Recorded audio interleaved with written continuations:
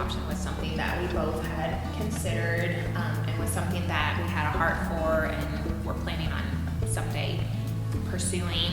When I was single before we met, I did foster care for a few years and had a few children with therapeutic foster care, and that really just grew in my heart more just the need for permanent loving families for kids, after having seen how the foster care system worked and how there's lots of children that need to be adopted. Just kind of started pursuing in my own heart what adoption would look like in the future, and that was when I was single. And then Josh.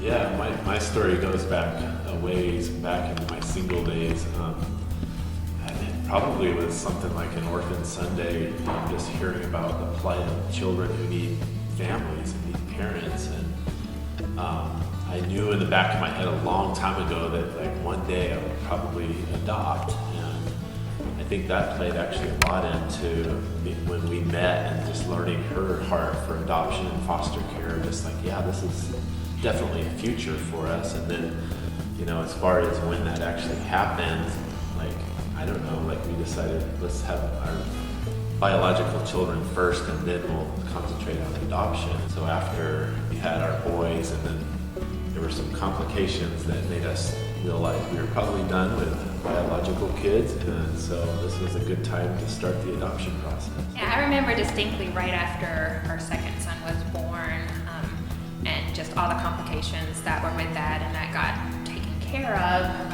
When I came out of surgery from after all that, I remember just this peace and hearing God's voice say, okay, now is the time for adoption. And so it was just like a very clear, it wasn't a lot of, oh, should we try more kids, should we not, should we whatever. Like, it was like, okay, like, you have your 2 kids, they're a blessing, we're very thankful we were able to have biological children, but then we felt like it was time for us to start pursuing adoption.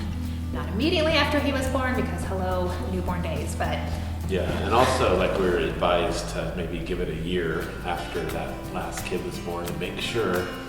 And so after about a year passed, we thought, I think this is what we want to do. So yeah, so we started the process.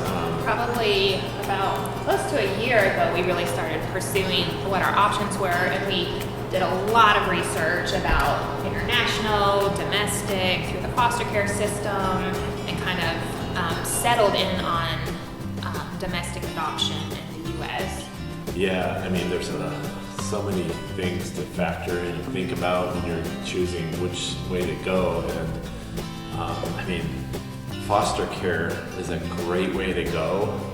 However, when we have 2 little ones, we have both toddlers in the house right now, we thought that probably isn't the wisest decision right now to have other kids coming in and going at this stage of their life. Yeah, and we had been advised by several other adoptive families to adopt in birth order, meaning that our adopted kid would be younger than our youngest kid. And since we have 2 toddlers, we figured under the age of 1 would be really what we were pursuing in adoption. And also recognizing that a lot of times, most of the times, the goal of foster care is reunification with a family member or, a healthy parent. And we knew that we wanted to give a child a forever home, and that was our end goal, was to add permanently to our family. So we felt like kind of having kids in and out, waiting through that time period without that being our end goal was probably not what we were going to be pursuing. So at that point, we crossed off foster care off the list, and so you're left with international or domestic adoption. And so how did we choose domestic? Well, I think probably one of the biggest factors for us was we're not spring chickens, and we were told that the average wait time for a healthy international baby was going to be 5 to 8 years and of waiting time, and we knew we wanted our kids close in age, and we also didn't want to be in our 50s taking a newborn home. So we decided to look into domestic infant adoption. So that kind of puts us where we are now. So we started the process, I think, in February of all the paperwork. There was a lot of paperwork, starting to raise money, and we got our home study completed in April. And so we are now home study ready, and we're just waiting to be placed with someone. Yeah, And I think one of the biggest heart changes for me personally was like, it used to be like all about the baby. Like we just want to add a baby to our family. But through the process, we have really grown to see it's a ministry to the whole family. And we have such a heart for the birth mom and the birth family, the birth dad. And so like every time we get like a potential placement, we pray for that mom, we pray for her situation, we pray for that baby. And so even, I think through the process, we're seeing more like the kingdom mindset of it, is it's not just us and growing our family, but it's like the gospel being presented to other families and praying for these broken families, and how like our mission isn't just this one tiny little baby, but our mission is to love people that don't know Jesus, and the way that looks for our family is through adoption and hopefully getting to build a relationship with the birth family as well.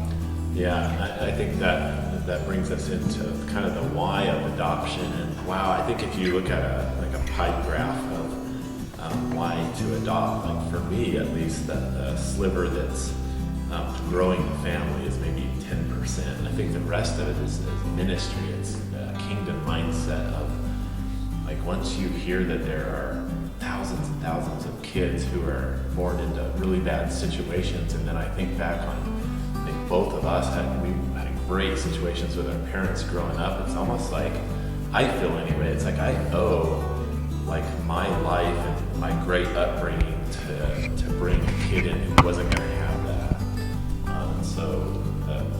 Bring them up in a good Christian home. Yeah, and I think like we just have such a heart for the unborn child as well, and wanted to provide an option for a mom to choose life. If she was looking at all her options, just having her know that like there are loving families out there who want the baby, and again, that's where we are right now. We're just waiting. We're waiting for that phone call or for that connection. Anybody knows? Don't put that in there, but if anybody knows, that reminds me. Just putting a plug in there. So that reminds me of the other half of the call, the kingdom mindset of bringing kids into a Christian home, but also the issue of abortion. That really strikes home with us. Like, it's a huge problem in our current culture and society, and there's a million voices out there on what we should do about that, or like passing laws and stuff like that. And I think one of the biggest things we can do, especially as Christians, is offer adoption. Like if adoption is out there and available, I mean that's one more mom that says like, okay, I don't have to abort. I could place my baby into a family, and we look at it as kind of the ultimate situation would be if we were to see a mom there who was heading to the abortion clinic and just be like, here's my arms, place the baby here. And that might not really happen in that way. There might be more details and stuff, but we think, even if it was a mom who always planned on adoption, at least we're one of hundreds and thousands of families who are making adoption an option.